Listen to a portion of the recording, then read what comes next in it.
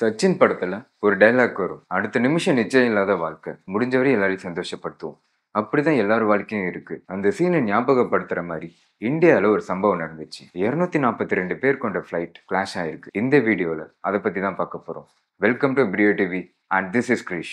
சுமார் 242 பேர் கொண்ட ஃபிளைட் தான் ஏர் இந்தியா 171. இந்த ஃபிளைட்ல நிறைய பிசினஸ் மேன், இன்ஸ்டா செலிபிரிட்டி, இது போதாதுன்னு குஜராத்தோட எக்ஸ் சிஎம் விஜய் ரூபானி அவரும் இந்த ஃப்ளைட்ல இருந்திருக்காரு. இந்த ஃப்ளைட் டேக் ஆஃப் ஆன கொஞ்ச நேரத்துல கிளாஷ் ஆயிருக்குன்னு சொல்லியிருக்காங்க. இந்த ஃப்ளைட் கிளாஷ் ஆன இடம் என்னமோ பிஜே மெடிக்கல் காலேஜோட ஹாஸ்டல்ல தான். இவங்க சாப்பிட்டுட்டு இருக்கும்போது அந்த டைம்ல கரெக்டா கிளாஷ் ஆயிருக்கு. இந்த ஃப்ளைட்டை ஓடின 2 பேருமே ரொம்ப எக்ஸ்பீரியன்ஸான பைலட் தான். இந்த ஃப்ளைட்டை ஓடின மெயின் பைலட் சுமித் சுபர்வால். இவருக்கு ஃப்ளையிங் ஹவர்ஸ் மட்டுமே கிட்டத்தட்ட 8200 மணி நேரம் இருக்கு. இவரோட கோ பைலட் கிளேவ் குந்தர், இவருக்கு மட்டுமே 1000 மணி நேரத்துக்கிட்ட ஃப்ளைட் ஹவர்ஸ் இருக்கு. இவ்வளோ எக்ஸ்பீரியன்ஸான பைலட் இருந்ததுனாலவோ என்னமோ ஃப்ளைட்டில் ஏதோ ஒரு டெக்னிக்கல் இஷ்யூ இருக்குன்ட்டு முன்னாடியே அவங்களுக்கு தெரிஞ்சிருக்கு. உடனே அவங்களோட ஏவியேஷன் டீம் கிட்ட மேடேன்னு சொல்லியிருக்காங்க. இந்த மேடேனா என்னன்னா, ஏதாவது ஒரு ஃப்ளைட் தவிர்க்க முடியாத டெக்னிக்கல் இஷ்யூ கைமீறி போகிற சுச்சுவேஷனில் தான் இந்த மேடேன்னு சிக்னல் கொடுப்பாங்க. அப்படி சிக்னல் கொடுக்கும்போது ஒரு சில நிமிஷத்துலே இந்த ஃப்ளைட் கிளாஷ் ஆயிருக்கு. இந்த ஃப்ளைட்டு கிளாஷ் ஆனது பிஜே மெடிக்கல் காலேஜ். இதை பற்றி இந்த ஹாஸ்டலில் இருக்க பசங்கள்கிட்ட கேட்கும்போது என்ன நடந்துச்சுன்னு தெரியல, பெருசாக ஒரு சத்தம் வந்துச்சு. அந்த சத்தம் முடிஞ்சு பார்த்தா ஒரே கருப்பு பனிமூட்டமா இருந்துச்சு. உளுந்தது ஃப்ளைட்டுன்னு கண்டுபிடிக்கிறதுக்கே எங்களுக்கு ரொம்ப நேரம் ஆச்சுன்னு சொல்றாங்க. இந்த ஹாஸ்டல்ல கிட்டத்தட்ட 40 பேர்கிட்ட அடிபட்டு ஹாஸ்பிட்டல்ல அட்மிட் ஆயிருக்காங்க. இதுல ஒரே ஒரு நிம்மதி தர விஷயம் என்னன்னா, 242 பேர் கொண்ட ஃப்ளைட்ல ஒரே ஒருத்தர் மட்டும் உயிர் பொழைச்சிருக்காரு. இவர் சீட்டு நம்பர் என்னமோ 11A. 11A ஏன்னு குறிப்பிடுறேன்னா, இந்த சீட்டை யாரும் அவ்வளோக்கு விரும்ப மாட்டாங்க. ஏன்னா இந்த சீட்ல உட்காரும்போது எக்ஸிட் டோர் பக்கத்திலே இருக்கும். அது இல்லாம விண்டோஸ்ல இருக்க விங்ஸ் எல்லாமே தெரியுங்கிறதுனால இந்த சீட்டை அவ்வளோக்கு யாரும் விரும்ப மாட்டாங்க. யாருமே விரும்பாத சீட்டு தான் இவரை காப்பாத்தி விட்டுருக்கு. ஆனா இவருமே இப்ப நல்லா இல்லை.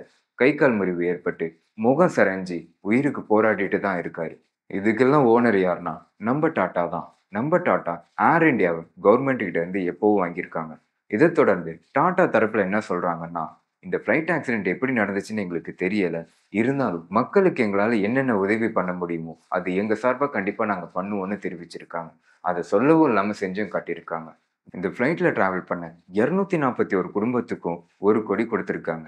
அது இல்லாம இதில் அடிபட்டு ஹாஸ்பிட்டல் அட்மிட் ஆனவங்களுக்கு ஹாஸ்பிட்டல் செலவை நாங்களே ஏத்துக்கிறோம் அப்படின்னு சொல்லியிருக்காங்க. இதுல பாதிக்கப்பட்ட பில்டிங்கை நாங்களே புதுப்பிச்சு தரணும் டாடா சார்பா சொல்றாங்க.